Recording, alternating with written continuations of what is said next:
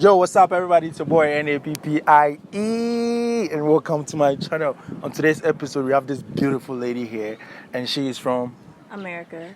I'm from Cali. California. Mm-hmm. Wow. So she's from California, and she's right here in Ghana. I want to know what she's doing in Ghana and why she chose Ghana. All right, my name is Nappie. What's your name? China. I'm so confused right now, guys. She's from America, she's black, and her name is China. Which one do you belong to? I believe technically Africa, but we were stolen and brought to America. And then as for China, it was just like the 90s. If you know about like hip hop, they thought it was a cute, pretty girl name. So my mom's friend named me China. Oh, so Black China. All right. So for how long have you been in Ghana? I've been here since August, the beginning of August. So is it your first time in Africa? Mm-hmm. And you chose Ghana? Yes. So why Ghana? Well, Ghana, in terms of why that place in Africa, it was the only African country that my school offered, besides South Africa, and they're going through some stuff right now, so Ghana was fine right now. And then I chose Ghana is because right now it's the year of return. It's been exactly 400 years since black people have been stolen from different parts of Africa and taken to America to work as slaves. So I thought it was important to find roots. It's important for black people to go to Africa.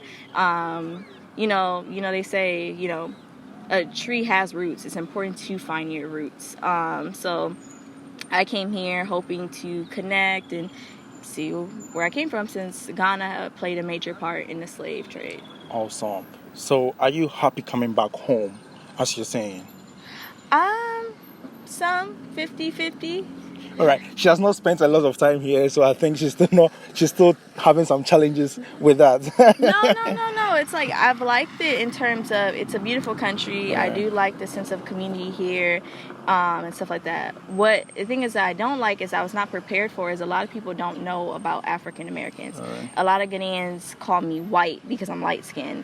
A lot of them don't know about Black history and African history and they don't know about the transatlantic slave trade, and that they have family of the African diaspora who were brought to different parts of the country, of different countries, for slave work. If you go to Brazil, they are second to Nigeria in terms of having African descendants. You go to America, you have black people. You go to all these different countries, the Caribbean, you have African descendants who are there, who were taken there for a part of the slave trade. And I thought that was knowledge that everyone knew, but I'm learning it's not.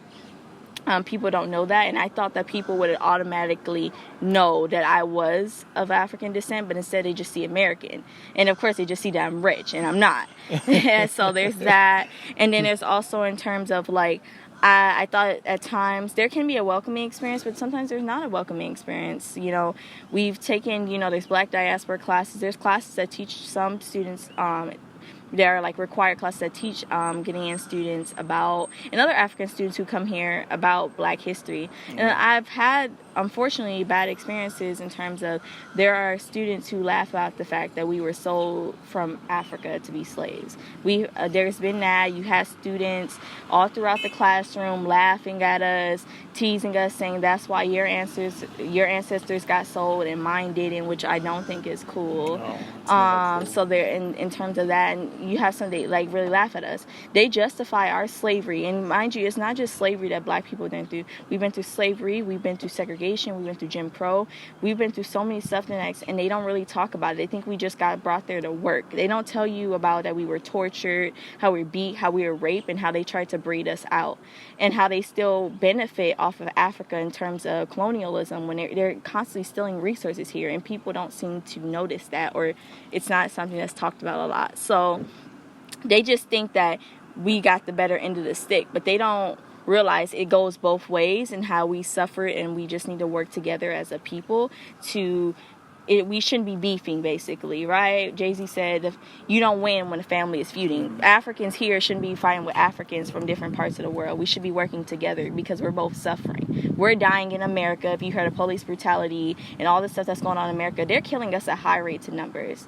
So that is my bad experience. I thought that there was education knowledge on it, and I know there's not. And then even if there is, I don't know if it's like a defense mechanism that they just laugh, but they do laugh at us and tease us. And they, at times, to be condescending, I've had experiences where people ask me to be funny. They'll be like, do you know what African country we're from? But they do it to be funny because they know that Black Americans don't know what African country we're from due to slavery. So those are bad experiences. But besides that, it is a beautiful country. I am happy to be here. Whether people are not happy to be here, it is my rightful place to be. I have nowhere else to go because even if we are in America, we don't belong to America. So that's that.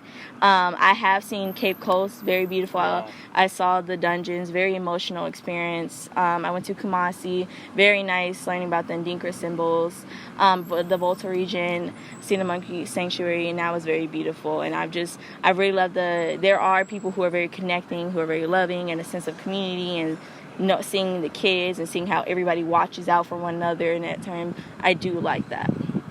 Wow, she has really spoken a lot. Like, this is really insightful. I've not met someone like this before during my interviews. You guys know about this. So, like, what do you tell her? Like, leave it in the comment section. If you really want to know more, do you have Instagram? Do you want to share anything about that? I do. So yeah. I do have an Instagram. It's _China. So it's CHAI_NUH, and that's China. And then I would put my Snapchat, but it's an embarrassing name. So just do that, or you can add me. I know people like Facebook here too. I have it's China Lloyd. My name is CHYNNALLOYD. All right. Thank you so much. Do you have anything for your brothers and sisters out there who want to visit Africa for the first time, or who want to see Africa? Because on the TV in the Western world, they don't show the right thing. No, they don't. Yeah. So do you have anything to tell them who want to visit Africa? I tell them to visit. Honestly, I've seen how media plays with both sides. I've seen how media shows Black Americans, African Americans as aggressive. So it gets that you have Africans who will come to America and they don't want to associate with us because they think we're going to be violent towards them. And then you have it where they show Africa as poor. They'll show them as being cannibalists. They'll show us this and that. As a matter of fact, in America, at times, sometimes they justify our enslavement.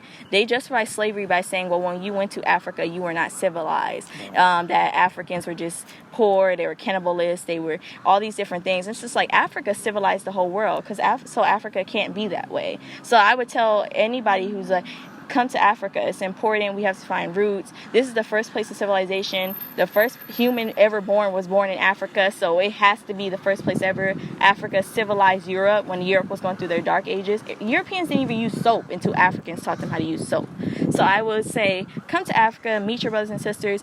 Also, being honest, you may have those experiences that I talked about. Unfortunately, I just saying that because I didn't expect it, and it's nice to know that, so you're able to talk to people and clarify things and that type of thing, and so you're not running away from here, because those are that make you run away. Bring malaria pills, and definitely come. No way. They told, like, we're not immune to the environment, so they told us to get sick. I stopped taking them after a while, but they do tell you to take them. So, and also get your yellow fever shot. They won't let you in without yellow fever. Sure. All right. Thank you so much for watching this episode. Today is Independence Day in Kenya. What do you tell them?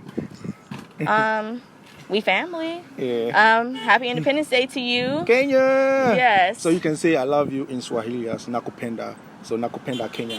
Nakupenda Kenya. Yeah. Okay, Nakupenda Kenya. Yeah. Okay, well, I'm going to visit y'all next. So, happy All right, Independence watch Day. out, Kenya. She's coming. All right, thank you so much for watching this episode. If it's your first time, please don't forget to subscribe, hit the like button, and share it to your family and friends. Peace out, guys.